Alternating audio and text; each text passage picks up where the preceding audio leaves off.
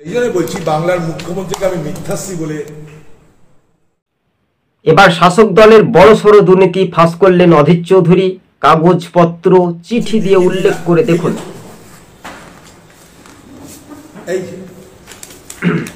এই যে তার প্রমাণ, আমি চিঠি দিচ্ছি কি দিচ্ছি না, এই যে তার প্রমাণ দেখেনি।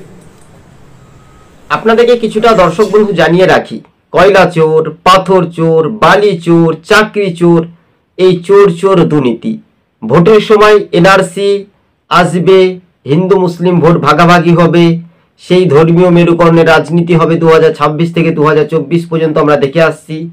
কিন্তু এখনো পর্যন্ত অধীর রঞ্জন চৌধুরী সেই প্রমাণপত্রটা দেখিয়ে ফের শাসক দলকে মিথ্যাবাদী বলে তীব্র কটাক্ষ করেছেন। দর্শক বন্ধুগণ, ভিডিওটা সম্পূর্ণভাবে দেখবেন আর চ্যানেলে নতুন হলে সাবস্ক্রাইব করে দেখুন। আমি চেয়ারম্যান হিসাবে ভারত সরকারের সেচ দপ্তরের আধিকারিকের সঙ্গে মিটিং করছি আমার দপ্তরে।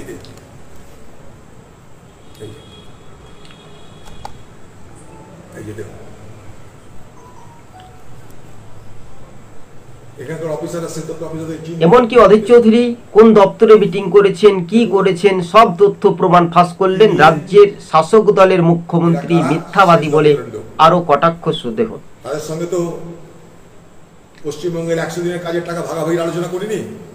এই আচ্ছা, কবে? 7/12/23।